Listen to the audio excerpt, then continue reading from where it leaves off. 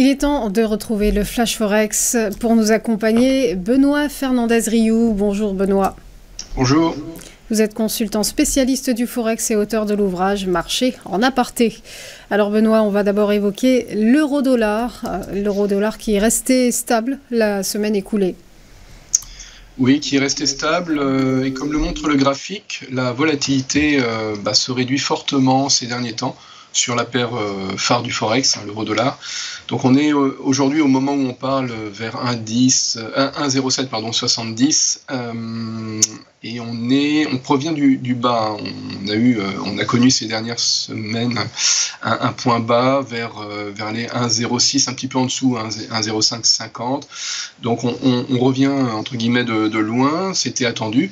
Aujourd'hui on remonte donc vers une oblique haute, dans un petit canal haussier comme on peut le constater, mais la volatilité est peu présente et ça écrase un petit peu tout. Donc les cours ou les bornes du terrain de jeu pour la semaine à venir sont 1,0730, 1,0830. Donc on a à peu près une figure de débattement sur des chiffres qui ne sont pas vraiment des chiffres ronds ou significatifs. 1,0730, 1,0830.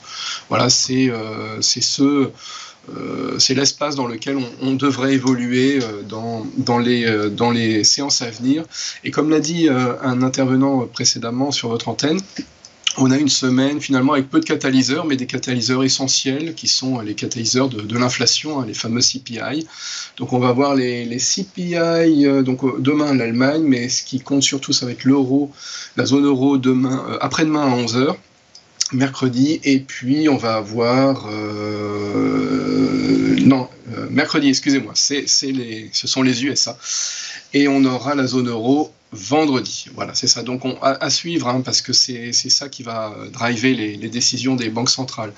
Et on s'attend, alors sur ces CPI, on s'attend à une sorte de stabilité. Donc ça veut dire qu'on ne devrait pas avoir de grandes surprises, et donc on devrait rester cantonné dans ces bornes.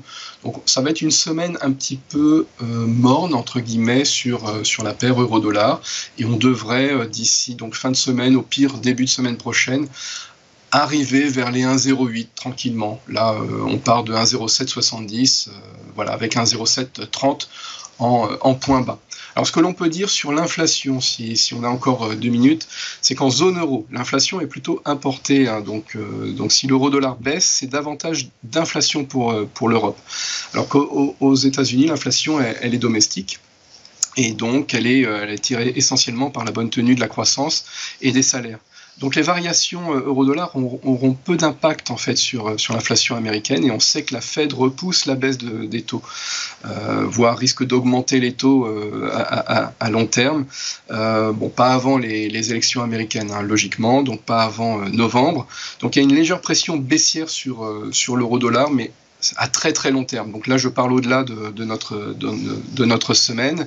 Et quant à la BCE, le marché s'attend à une baisse des taux en zone euro avant la Réserve fédérale, mais elle risque plutôt de ne rien faire. Donc la pression finalement sur l'euro-dollar, elle est officiellement baissière, mais finalement avec le temps elle devrait s'estomper, et donc en zone USD, l'inflation devrait rester élevée, tandis qu'en zone euro elle pourrait rester élevée tout simplement.